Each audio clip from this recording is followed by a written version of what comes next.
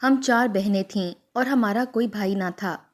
والدہ کا انتقال ہو چکا تھا اور والد ہر وقت بیمار رہتے تھے، اس لیے یکے بعد دیگرے ابا نے میری تینوں بہنوں کی شادی 1 سال میں ہی کر دی۔ لیکن میں بہت کم عمر تھی، میری عمر بس 16 سال ہی تھی اور میری تینوں بہنیں مجھ سے کافی بڑی تھیں۔ میری 2 بہنیں تو بیاہ کر دور دراز کے گاؤں گئی تھیں، لیکن مجھ سے بڑی بہن کے تو جیسے بھاگ ہی کھل گئے تھے۔ وہ خوبصورت تو تھی، لیکن ہم چاروں میں قسمت کی دھنی بھی نکلی تھی۔ خوبصورت تو میری دونوں بڑی بہنیں بھی تھیں، لیکن ان کی شادی بس مناسب سے ہم جیسے سفید پوش لوگوں میں ہی ہوئی تھی۔ لیکن مجھ سے بڑی بہن جس کا نام حمیرہ تھا، اس کی تو قسمت ہی چمک گئی تھی، کیونکہ اس کے لیے ہمارے گاؤں کے جاگیردار کے بیٹے کا رشتہ آیا تھا۔ میری دوسری بہن کی شادی پر ہی اس جاگیردار نے میری بہن کو دیکھا تھا اور پھر اپنے بیٹے کا رشتہ میری بہن کے لیے مانگ لیا۔ ہم لوگوں کو تو یقین ہی نہیں آیا تھا جب وہ جاگیردار خود ہمارے گھر آیا تھا۔ شربت لے کر میں ہی بیٹھک میں گئی تھی۔ اس جاگیردار نے مجھے بڑے غور سے دیکھ کر گلاس میرے ہاتھ سے پکڑا تھا۔ وہ جاگیردار ہمارے گاؤں میں اپنی شرافت میں بہت مشہور تھا۔ میرے والد بیمار تھے، اس لیے کہنے لگے کہ وہ شادی جلدی کرنا چاہتے ہیں۔ جاگیردار نے بھی اعتراض نہیں کیا۔ میری بہن بہت خوش تھی۔ شادی کے بعد جب وہ مجھے ملنے میکے آئی تو خوب سجی سوری ہوئی تھی۔ کہنے لگی، مجھے تو اپنی قسمت پر یقین ہی نہیں آتا، میں تو اپنی بہن کی قسمت کو رشک بھری نظروں سے دیکھ رہی تھی۔ اتنا فینسی قیمتی لباس، سونے کے زیورات پہنے ہوئے وہ ایک جاگیردارنی ہی لگ رہی تھی۔ حالانکہ حسن میں سب بہنوں میں اپنی مثال آپ تھی، لیکن آج اپنی بہن کے ساتھ بیٹھے ہوئے پرانا سا سادہ سا لباس پہنے میں اس کے سامنے اس کی نوکرانی لگ رہی تھی۔ میرا دل بجھ سا گیا تھا۔ غفار بھائی میری بہن کے شوہر اکلوتے ہی بیٹے تھے۔ اگر ان کا کوئی چھوٹا بھائی ہوتا تو شاید میں جاگیردار کے گھر کی بہو بن جاتی، لیکن شاید میری قسمت اتنی اچھی نہ تھی۔ میرے ابا کی خواہش تھی کہ میرا رشتہ میری پھوپھو کے گھر کر دیں، کیونکہ ابا کی زندگی کا کوئی بھروسہ نہیں تھا۔ لیکن میری پھوپھو بھی غریب سی تھیں۔ اس کا بیٹا غالب تو بالکل پینڈو سا تھا، مجھے ایک آنکھ نہ بھاتا تھا۔ لیکن اس سے پہلے کہ ابا میری بات کہیں طے کرتے، ایک دن ابا کی طبیعت خراب ہونے لگی۔ میرے والد رات کو دوا کھا کر سوئے تو صبح جاگے نہیں تھے۔ میرے والد کا انتقال ہو چکا تھا۔ میری تینوں بہنیں یہ خبر سن کر گھر پہنچ گئی تھیں۔ چند دن میرے پاس رہیں، لیکن بہرحال انہیں واپس تو جانا ہی تھا۔ لیکن اب مسئلہ میرا تھا کہ میں اکیلی اپنے گھر نہیں رہ سکتی تھی۔ سب سے پہلے تو میری پھپھو نے کہا کہ شانو اب میرے پاس رہے گی، اپنی بھتیجی پر اب میرا حق زیادہ ہے۔ یہ سن کر تو میرا دل مٹھی میں آیا تھا کہ اگر میں پھپھو کے گھر چلی گئی تو وہ تو چند دن میں ہی میرا نکاح اپنے پینڈو بیٹے سے کروا دیں گی۔ میں نے کہا مجھے اپنی بہنوں کے پاس ہی رہنا ہے۔ اس وقت جاگیردار بھی وہیں موجود تھے۔ کہنے لگے جب یہ لڑکی بہن کے پاس رہنا چاہتی ہے تو ہم اسے دوسرے گاؤں ہرگز نہیں بھیجیں گے۔ یہ ہمارے گاؤں کی ہے، اس کی حفاظت بھی ہماری ذمہ داری ہے، اس لیے یہ ہمارے گھر رہے گی۔ یہ سن کر تو میں مطمئن سی ہو گئی تھی کہ فی الحال تو میری واحد یہی بہن کھاتے پیتے گھر میں رہ رہی تھی۔ میں باقی جس بہن کے گھر جاتی یقیناً تنگی میں ہی رہتی۔ میں فوراً سے مان گئی۔ میری بہن مجھے اپنے ساتھ اپنی حویلی میں لے آئی۔ اتنا محل نما گھر دیکھ کر میں من ہی من میں بہت خوش تھی۔ اب تک میں نے غربت ہی دیکھی تھی، اس لیے کچھ پل کے لیے اتنا خوبصورت گھر دیکھ کر تو میری آنکھیں چندھیا سی گئی تھیں۔ میں بہت خوش تھی، لیکن یہ خوشی مجھے چند روز ہی نصیب ہوئی تھی۔ میری بہن کے تو مزاج ہی یہاں آ کر بدل گئے تھے۔ مجھے تو لگا تھا کہ میری بہن مجھے قیمتی لباس پہننے کو دیا کرے گی، مجھے ایک بڑا سا کمرہ رہنے کو ملے گا، میں نوکروں پر روب جماؤں گی، لیکن میں تو اپنی بہن کے تیور دیکھ کر ہی حیران ہوئی تھی۔ اس نے میرا سارا سامان ملازمین کے کوارٹرز میں سے ایک کمرے میں رکھوا دیا، جو بالکل ہمارے گھر جیسا ہی کمرہ تھا، چھوٹا سا گھٹن زدہ سا۔ میں نے جب اپنی بہن سے وجہ پوچھی تو کہنے لگی کہ ابا تمہاری شادی غالب سے کرنے کے خواہش مند تھے۔ ظاہر ہے آج نہیں تو کل تمہاری شادی ہونی تو غالب سے ہی ہے، اور تم جانتی ہو پھپھو کے گھر ایسی آسائشیں نہیں ہیں جیسے مجھے ملی ہیں۔ تم خواہ خود کو ان چیزوں کا عادی مت بناؤ۔ میں تو اپنی بہن کی باتیں سن کر ہی حیران ہوئی تھی۔ وہ مجھے ویسی ہی زندگی دینا چاہتی تھی جس سے میں جان چھڑوا کر یہاں پہنچی تھی۔ میری بہن مجھ سے چھوٹے موٹے کام بھی کروانے لگی اور اس کی دیکھا دیکھی اس کی ساس اور نندیں بھی مجھے ملازمہ ہی سمجھنے لگی تھیں۔ میں اپنا جی جلائے سب کام کرتی رہتی، مگر ایک دن جو میرے ساتھ ہوا اس نے میری زندگی ہی بدل ڈالی۔ ایک بار جاگیردار کے گھر دوسرے گاؤں سے ایک 60 سالہ بڈھا آ گیا اور کہنے لگا، میرے ابا نے اس سے قرضہ لیا تھا۔ اس نے سارے قانونی پرچے بھی دکھائے۔ کہنے لگا، اس پر لکھا ہے کہ وہ اس قرض کے بدلے اپنی ایک بیٹی کی شادی مجھ سے کرے گا، اور اس بات پر اس نے اپنا انگوٹھا بھی لگوایا تھا۔ اس لیے مجھے انصاف دیا جائے۔ یہ بات سن کر میں حیران سی رہ گئی تھی۔ شاید ابا کو اسی لیے ہم سب بہنوں کی شادی کی جلدی تھی۔ جاگیردار نے وہ پرچہ پڑھا تو کہنے لگا کہ اس کی سب بیٹیوں کی شادی ہو چکی ہے، بس ایک سب سے چھوٹی بیٹی ہے، غیر شادی شدہ ہے، لیکن وہ بہت چھوٹی ہے۔ تم ایسا کرو کہ ہم سے قرض کے پیسے لے لو۔ لیکن وہ کہنے لگا کہ نہیں، اسے نکاح ہی چاہیے، کیونکہ زبانی اور قلمی میرے ابا نے اس سے یہی کہا تھا۔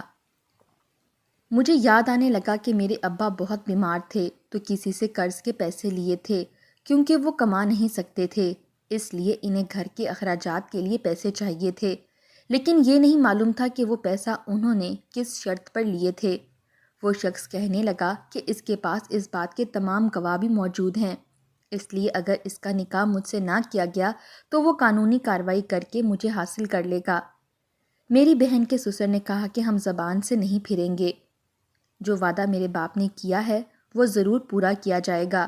یہ سن کر تو میرے ہوش ہی اڑ گئے تھے۔ وہ بڈھا میرے دادا کی عمر کا ہوگا۔ میں کیسے اس شخص کے ساتھ زندگی گزار سکتی تھی؟ اس سے بہتر تھا کہ میں پھپھو کے بیٹے سے ہی نکاح کر لیتی۔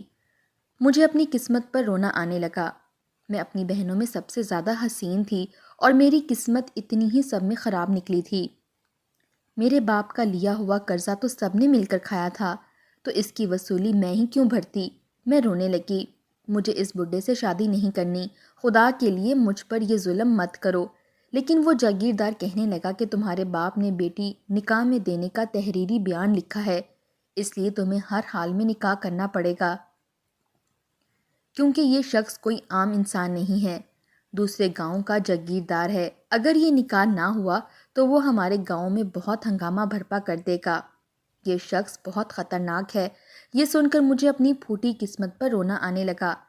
میرا نکاح اس شخص سے زبردستی کر دیا گیا۔ مجھے بڑی سی حویلی، نوکر چاکر کی خواہش بے شک تھی، لیکن ایک عمر رسیدہ شخص کی ہرگز نہیں۔ اس کی بڑی سی گاڑی کی پچھلی نشست پر میں بیٹھی سسکیوں سے رو رہی تھی، لیکن وہ شخص بہت بے رحم تھا۔ مجھے اس شخص سے نفرت سی محسوس ہونے لگی تھی۔ اسے شرم نہیں آئی اپنی پوتی کی عمر کی لڑکی کی یوں زندگی برباد کرتے ہوئے؟ گاڑی ایک بہت بڑی حویلی کے سامنے جا کر رکی تھی۔ اس کی محل نما حویلی میری بہن کے سسر کی حویلی سے بھی کئی گنا بڑی تھی، لیکن مجھے اس بات سے کوئی بھی دلچسپی نہ تھی۔ وہ شخص مجھے اپنے ساتھ لے کر جب حویلی کے اندر داخل ہوا تو اس کے بیٹے اور بہویں مجھے دیکھ کر حیران سی رہ گئے۔ وہ شخص کہنے لگا کہ یہ میری بیوی ہے اور آج کے بعد اسے سب سردارنی کہیں گے۔ اس کے بیٹے اور بہویں کچھ نہیں بولیں۔ وہ سردار مجھے اپنے کمرے میں لے گیا، لیکن عمر کے جس حصے میں وہ تھا شاید مجھ سے رشتہ نبھانے کے قابل نہیں تھا۔ میں نے اسے تنفر سے دیکھا تھا۔ وہ کہنے لگا مجھے ایک خدمت گزار لڑکی کی ضرورت تھی جو میرا خیال رکھ سکے۔ میں نے کہا، اس کے لیے آپ نے میری زندگی برباد کر دی۔ اپنی اور میری عمر دیکھی ہے آپ نے، آپ تو اس قابل بھی نہیں کہ میرا حق بھی ادا کر سکیں۔ یہ کہہ کر میں رونے لگی۔ اس شخص نے کوئی جواب نہیں دیا اور اگلے ہی روز میرا کمرہ الگ کر دیا۔ وہ شخص بیمار سا رہتا تھا اور اس کے بیٹے اور بہویں اس کا خیال نہیں رکھتے تھے۔ وہ مجھ سے کہتا کہ اس کا کھانا میں بناؤں، اس کی دوا ہر چیز کا خیال میں رکھوں، اس کے علاوہ وہ مجھے کچھ نہ کہے گا۔ اس کی بہویں اور پوتیاں جو کہ میری ہم عمر تھیں مجھ پر ہنستیں اور میرا مذاق اڑانے لگتیں، کہتی ہمارے گاؤں میں بیوہ کی دوسری شادی کا رواج نہیں ہے۔ دادا کا کیا ہے، آج ہے کل نہیں، دادا کے مرتے ہی ساری جائیداد ہماری ہو جائے گی اور تم ساری زندگی ہماری ملازمہ بن کر زندگی گزارو گی۔ مجھے اپنی بدقسمتی صاف نظر آ رہی تھی، لیکن میں کر بھی کیا سکتی تھی سوائے آنسو بہانے کے۔ سردار صاحب کے باہر جاتے ہی ان کی بڑی بہو مجھ سے ملازموں والا سلوک کرنے لگی، کہنے لگی اس حویلی کے اصل مالک ہم ہیں، سردار صاحب تو بیمار رہنے لگے ہیں، بہت جلد مر جائیں گے، پھر تم دیکھو تمہاری زندگی یہاں کیسے گزرتی ہے۔ میں اسے کوئی جواب نہ دیتی اور روتی رہتی تھی، لیکن ایک دن جو میرے ساتھ ہوا اس نے تو مجھے کہیں کا نہیں چھوڑا۔ سردار صاحب کے پوتے آوارہ قسم کے تھے، رات کو شرابیں پی کر حویلی میں آتے تھے، میں ان کے سامنے جانے سے کتراتی ہی تھی، لیکن ایک رات میں پانی پینے کے لیے کمرے سے باہر آئی تو ان کا پوتا اوپر کے پورشن سے ایک لڑکی کے ہمراہ نیچے اتر رہا تھا۔ شکل و صورت اور اپنے حلیے سے وہ عورت مجھے شریف اتوار کی نہیں لگ رہی تھی۔ وہ نوجوان ابھی بھی نشے میں تھا، مجھے دیکھ کر خباثت سے مسکرانے لگا، پھر اس لڑکی کے ساتھ باہر نکل گیا۔ میں نے اس کی شکایت سردار صاحب سے لگا دی۔ اس بات پر سردار صاحب نے ایک زوردار تھپڑ اس نوجوان کے منہ پر مارا تھا کہ تم نے میرے گھر کو کیا سمجھ رکھا ہے اور تم میرا پیسہ حرام کاری میں برباد کر رہے تھے۔ سردار صاحب نے اس کا خرچہ بند کر دیا۔ وہ مجھے غصے سے گھور رہا تھا۔ اگلے روز میں کچن میں کام کر رہی تھی جب وہ بڑے جارحانہ انداز سے کچن میں داخل ہوا، کہنے لگا اس تھپڑ کا بدلہ میں تم سے ضرور لوں گا، تم کہیں منہ دکھانے کے قابل نہیں رہو گی۔ وہ کافی غصے سے یہ کہتے ہوئے چلا گیا۔ ایک بار میں اپنے کمرے میں سو رہی تھی جب کسی نے چابی سے میرے کمرے کا لاک کھولا تھا۔ میں نیند کی کچی تھی، اس لیے آہٹ سے میری آنکھ کھل گئی۔ کمرے میں نائٹ بلب جل رہا تھا، اس لیے اتنی روشنی تو تھی کہ میں دیکھ سکتی کہ کمرے میں آنے والا شخص کون تھا۔ وہ اس سردار صاحب کا آوارہ پوتا تھا۔ میرے کمرے کا دروازہ بند کر کے لاک کرنے لگا۔ میں نے کہا تم میرے کمرے میں کیا کر رہے ہو؟ وہ خباثت مسکراہٹ چہرے پر سجائے میرے پاس آ گیا اور کہنے لگا تمہارا حسن دیکھ کر تو اس حویلی میں رہنے والے ہر مرد کی نظر تم پر ہی جمی ہوئی ہے۔ میرا دادا تمہاری کیا آرزویں پوری کر سکے گا، اس لیے ہم ہیں نا تمہاری خواہش، ہم پوری کر دیا کریں گے۔ پھر تمہاری وجہ سے جو تھپڑ میرے منہ پر پڑا تھا اس کی سزا بھی تو میں نے تمہیں دینی تھی۔ تم کیا سمجھتی ہو وہ بڈھا تمہیں ہماری ہوس کا نشانہ بننے سے روک سکتا ہے؟ ہرگز بھی نہیں۔ تم اس گھر میں بیوی تو ہمارے دادا کی بن کر رہو گی، لیکن خواہش ہماری پوری کیا کرو گی۔ اس کی باتوں نے میرے اندر نفرت کے جذبات بھڑکا دیے تھے۔ میں کبھی بھی ایسی اذیت ناک زندگی کا تصور نہیں کر سکتی تھی، اس لیے بزدلوں کی طرح خود کو اس شخص کی ہوس کے حوالے نہیں کر سکتی تھی۔ اس سے پہلے کہ وہ اپنے ناپاک ارادے میں کامیاب ہوتا، میں نے اسے پیچھے کی جانب پوری قوت سے دھکا دیا۔ وہ شاید مجھ سے ایسی امید نہیں رکھتا تھا، اس لیے خود کو سنبھال نہیں پایا اور پیچھے گر گیا۔ میں تیزی سے کمرہ کھول کر باہر نکل گئی۔ اس سے پہلے کہ وہ میرے پیچھے آتا میں سردار صاحب کے کمرے میں چلی گئی اور دروازہ بند کر لیا۔ آہٹ سے ان کی بھی آنکھ کھل گئی تھی۔ مجھے یوں بدحواس دیکھ کر مجھ سے کہنے لگے کیا بات ہے شانو، کیا ہوا تمہیں؟ میں ان کے پاس آ کر رونے لگی، روتے ہوئے ہی انہیں ساری بات بتا دی جو بھی ان کی بہویں اور پوتے پوتیاں مجھ سے کرتے تھے۔ میری باتیں سن کر وہ اشتعال میں آ گئے اور کہنے لگے میں نے اپنی جائیداد کسی کو نہیں دی، سب کچھ میرے نام ہے، اس لیے تمہیں گھبرانے کی ضرورت نہیں ہے۔ میں نے کہا مجھے اولاد چاہیے تاکہ وہ میرا وارث ہو۔ میری بات سن کر وہ نظریں چرا گئے۔ اگلے روز انہوں نے اپنے سب بچوں کے سامنے غضبناک لہجے سے کہا کہ آج کے بعد اگر کسی نے بھی میری بیوی کے ساتھ بدسلوکی کے بارے میں سوچا بھی تو میں اسے اپنی جائیداد سے بے دخل کر دوں گا۔ اس کے بعد وہ گھر سے باہر نکل گئے۔ ان کی بہویں مجھے گھور گھور کر دیکھنے لگیں، لیکن مجھ سے کہا کچھ نہیں۔ شام کو جب سردار صاحب واپس آئے تو ان کے پاس حکیمی ادویات تھیں اور سنڈے کا تیل بھی تھا جس کا انہوں نے استعمال شروع کر دیا تھا۔ ایک بار میں سردار صاحب کا کھانا بنا رہی تھی جب ان کی بہو نے مجھے ایک سفوف سا دیا، کہنے لگی یہ سردار صاحب کے کھانے میں ملا کر دیا کرو، ان کی صحت اس سے اچھی رہتی ہے۔ یہ کہہ کر وہ کچن سے باہر چلی گئی۔ وہاں ایک پرانی ملازمہ موجود تھی، مجھ سے کہنے لگی یہ غضب نہ کرنا بی بی جی، یہ زہر ہے، آہستہ آہستہ انسان کو ختم کر دیتا ہے۔ سردار صاحب اچھے انسان ہیں، لیکن یہ لوگ انہیں مارنا چاہتے ہیں تاکہ ساری جائیداد پر قبضہ کر لیں۔ پھر اس ملازمہ نے مجھے ایک ایسا راز بتایا کہ مجھے اپنے کانوں پر یقین نہیں آ رہا تھا۔ میں نے وہ سفوف کچرے میں پھینک دیا اور اب سردار صاحب کا کھانا اپنی نگرانی میں بنانے لگی۔ دن بہ دن ان کی صحت اچھی ہونے لگی تھی۔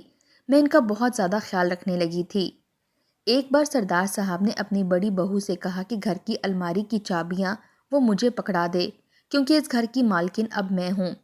وہ یہ بات سن کر مجھے قہر بھری نظروں سے دیکھنے لگی اور چابیاں میرے حوالے کر دیں۔ میں اب گھر میں باروب انداز سے رہنے لگی تھی، اچھے قیمتی لباس پہنتی، زیور پہنتی، سردار صاحب کی خدمت بھی کرتی تھی۔ چند ہی ماہ میں میری محبت اور خدمت کی وجہ سے سردار صاحب کی صحت قابل رشک ہو چکی تھی۔ ایک بار مجھ سے کہنے لگے کہ تم نے مجھ سے ایک ہی خواہش کی تھی اور اب میں اس قابل ہو چکا ہوں کہ تمہاری وہ خواہش بھی پوری کر سکوں۔ میرے دل میں سردار صاحب کے لیے ایک نرم گوشہ بن چکا تھا، کیونکہ انہوں نے مجھے وہ عزت دی تھی جس کی میں حقدار تھی۔ پھر ان کا رویہ میرے ساتھ بہت نرم تھا۔ چند ماہ بعد ہی ایک خبر نے اس حویلی میں تہلکہ سا مچا دیا تھا۔ میں امید سے ہوئی تو سردار صاحب کی حویلی کے مکینوں کو اپنے کانوں پر یقین نہیں آیا۔ کہنے لگے، سردار صاحب، یہ لڑکی بد کردار ہے، اس نے نہ جانے کس کے ساتھ منہ کالا کیا ہے اور یہ آپ کی جائیداد ہتھیانے کے لیے اسے آپ کی اولاد کہہ رہی ہے، اسے دھکے مار کر باہر نکالیں۔ یہ بات سردار صاحب کے اسی پوتے نے کی تھی جو اس دن غلط ارادے سے میرے کمرے میں آیا تھا۔ سردار صاحب نے کہا، میری بیوی کی پاک بازی کا ثبوت تم مجھے دو گے؟ جس نے اتنا بھی لحاظ نہیں کیا کہ جس کا کھا رہا ہے اس کی نمک حلالی ہی کر لے۔ تم سے تو بہتر تھا کہ میں کوئی کرس پال لیتا، کم از کم میری عزت پر ہاتھ ڈالنے کے بارے میں نہیں سوچتا۔ یہ بات سن کر تو اس نوجوان کی نظریں نہیں اٹھتی تھیں۔ ایک بار میں کھانا بنا رہی تھی، ان کی بہو کچن میں آ کر مجھ سے پیار جتانے لگی۔ کہنے لگی، ایسی حالت میں کیوں کچن میں کھڑی ہو کر اپنی جان ہلکان کر رہی ہو؟ کمرے میں جا کر بیٹھو، میں تمہیں تازہ جوس بنا کر دیتی ہوں۔ سردار صاحب کا کھانا میں بنا دیتی ہوں۔ میں نے کوئی جواب نہیں دیا۔ کہنے لگی، دیکھا نا تم نے، جو سفوف میں نے تمہیں سردار صاحب کے کھانے میں ڈال کر کھلانے کے لیے دیا تھا، اس کا کمال، تم صاحب اولاد ہو گئی ہو۔ میں نے کہا، میں نے تو سردار صاحب کو وہ سفوف دیا ہی نہیں۔ جو سفوف تم نے مجھے سردار صاحب کے کھانے میں ڈالنے کے لیے دیا تھا، وہی میں تمہارے کھانے میں تمہیں دیتی ہوں۔ یہ سن کر وہ مجھے دیکھ کر بدحواسی ہوئی تھی۔ کہنے لگی، کم بخت، تم مجھے زہر والا کھانا دے رہی تھی۔ میں نے کہا، اس کا مطلب تم سردار صاحب کو زہر دے رہی تھی۔ میری بات سن کر وہ بدحواسی ہو گئی، میرے سامنے ہاتھ جوڑنے لگی، کہنے لگی، یہ بات سردار صاحب کو مت بتانا۔ میں نے کہا، اگر تم چاہتی ہو کہ میں تمہاری بات سردار صاحب کو نہ بتاؤں تو آئندہ ایسی کوشش بھی مت کرنا۔ جس دن میں نے بیٹے کو جنم دیا، ساری حویلی کے مکینوں کو سانپ سونپ گیا تھا، کیونکہ اس جائیداد کا اصل وارث میرا بیٹا تھا، کیونکہ جو اس حویلی میں رہ رہے تھے وہ سردار صاحب کے بھتیجے تھے، سگے بیٹے نہیں، جو ان کے بڑے بھائی بھابھی کے مرتے ہی سردار صاحب کی سرپرستی میں آ چکے تھے اور اب سردار صاحب کی جائیداد میں وارث بننے کے خواہاں تھے۔ اب ان کی یہ حسرت کبھی بھی پوری نہیں ہو سکتی تھی، کیونکہ سردار صاحب کی میں پہلی بیوی تھی۔ انہوں نے آج تک شادی نہیں کی تھی، کیونکہ انہیں کسی نے یہ کہہ دیا تھا کہ تم اولاد نہیں پیدا کر سکتے۔ وہ نہیں چاہتے تھے کہ بنا علاج کے وہ کسی کو اپنی زندگی میں شامل کریں۔ اس لیے انہوں نے اس حکیم سے بہت لمبے عرصے تک علاج کروایا تھا، لیکن ان کی طبیعت اچھی ہونے کی بجائے وہ دن بدن بیمار رہنے لگے تھے۔ پھر وہ یہ بھی جانتے تھے کہ ان کے بھتیجے انہیں مارنا چاہتے ہیں، اس لیے انہیں ایک ایسی نوجوان لڑکی کی ضرورت تھی جو ان کا خیال رکھ سکے۔ اس لیے مجھ سے شادی کی کہ میں انہیں اولاد دے سکوں، لیکن شادی کے بعد میرا روکھا رویہ دیکھ کر وہ چپ سے ہو گئے کہ جب تک میں دل سے انہیں قبول نہ کر لوں وہ مجھ سے زبردستی نہیں کریں گے۔ اگلے 4 سالوں میں نے 2 بیٹوں کو جنم دیا تھا۔ اب میں ہر چیز کی مالک تھی۔ ایک دن میرے کہنے پر سردار صاحب نے اپنے بھتیجوں کو کہا کہ اب وہ انہیں اپنی حویلی میں نہیں رکھ سکتے، اس لیے انہوں نے گاؤں میں ایک گھر ان کے لیے خرید لیا ہے، وہ لوگ وہاں چلے جائیں۔ وہ لوگ روتے دھوتے وہاں سے چلے گئے، کیونکہ میں نے ان کے سارے منصوبوں کو ناکام بنا دیا تھا۔ اب میں خوش تھی۔ سردار صاحب کا ہر کام اب میں اپنے ہاتھوں سے کرتی تھی۔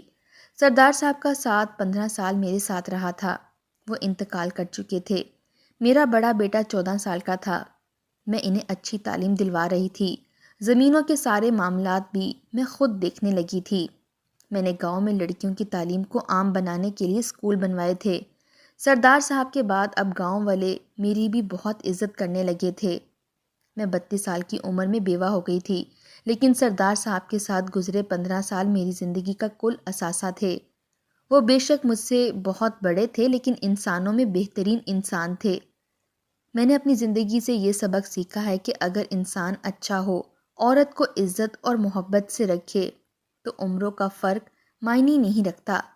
جیسی زندگی میں نے سردار صاحب کے ساتھ گزاری، میرے لیے وہ بہترین انسان تھے، جنہوں نے آج تک مجھ سے نہ تو کبھی سختی سے بات کی اور نہ ہی کبھی جاہلانہ رویہ اختیار کیا۔